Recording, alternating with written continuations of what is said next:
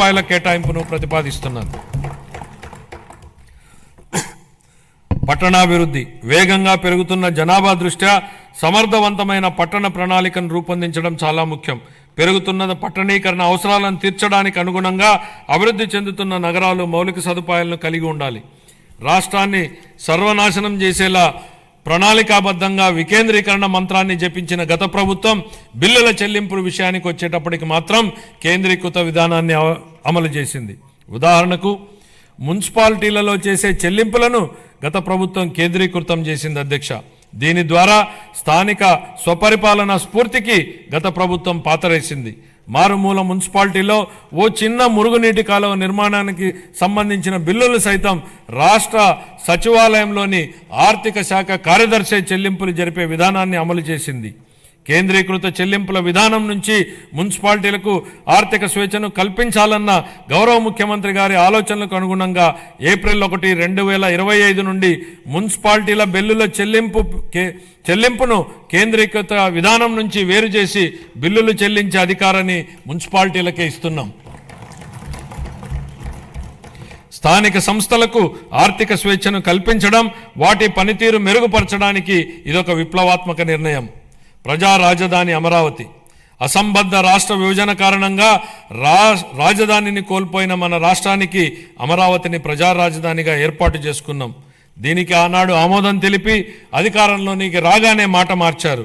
మాట మార్చడమే కాకుండా అమరావతి విధ్వంసానికి నడం బిగించారు. నాటి ప్రభుత్వ అరాచక విధానాలపై అమరావతి రైతులు పోరుబాటును ఎంచుకోవడం, తమని తాను కాపాడుకుంటూ ఈ రాష్ట్ర రాజధానిని కూడా కాపాడుకునేలా అమరావతి రైతులు చేసిన పోరాటాన్ని ఈ సందర్భంగా గుర్తు చేస్తున్నా అధ్యక్ష. తిరిగి రాష్ట్ర ప్రజల ఆకాంక్షలకు అనుగుణంగా రాజధాని పనులను పెద్ద ఎత్తున చేపట్టేందుకు సిద్ధంగా ఉన్నామని చెప్పడానికి సంతోషిస్తున్నాను అధ్యక్ష. రాజధాని అనేది ఓ ప్రాంతం కోసం కాదు, రాష్ట్ర అభివృద్ధి కోసం దోహదం చేసే గ్రోత్ ఇంజన్గా అమరావతిని తీర్చిదిద్దాలనేదే మా ప్రభుత్వ లక్ష్యం. మహారాష్ట్ర అభివృద్ధికి ముంబై ఎంత కీలకమో, తెలంగాణ అభివృద్ధికి హైదరాబాద్ ఎంత ముఖ్యమో, మన రాష్ట్ర ఆర్థిక వ్యవస్థను ముందుకు తీసుకెళ్లడానికి అమరావతి నిర్మాణం కూడా అంతే అవసరం.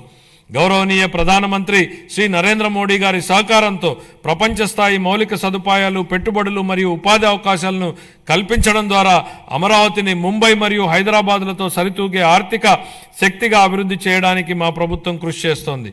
అమరావతిని విధ్వంసం చేసేందుకు నాటి పాలకులు చెప్పిన మాటలను ఈ సందర్భంగా గుర్తు చేయాలనుకుంటున్న అధ్యక్ష. రాజధాని నిర్మాణం కోసం అంత డబ్బులు ఇవ్వలేం కాబట్టే 3 రాజధానులు ఏర్పాటు అన్నారు. ఇవాళ మేం రాజధాని పనుల నిర్మాణం కోసం బడ్జెట్ నుంచి ₹1 కూడా కేటాయించలేదు అధ్యక్ష. కానీ రాజధాని పనులు ప్రారంభం కాబోతున్నాయి. మా ముఖ్యమంత్రి గారు చెప్పిన విధంగా అమరావతి సెల్ఫ్ సస్టైనబుల్ ప్రాజెక్ట్ అని నిరూపితమైంది.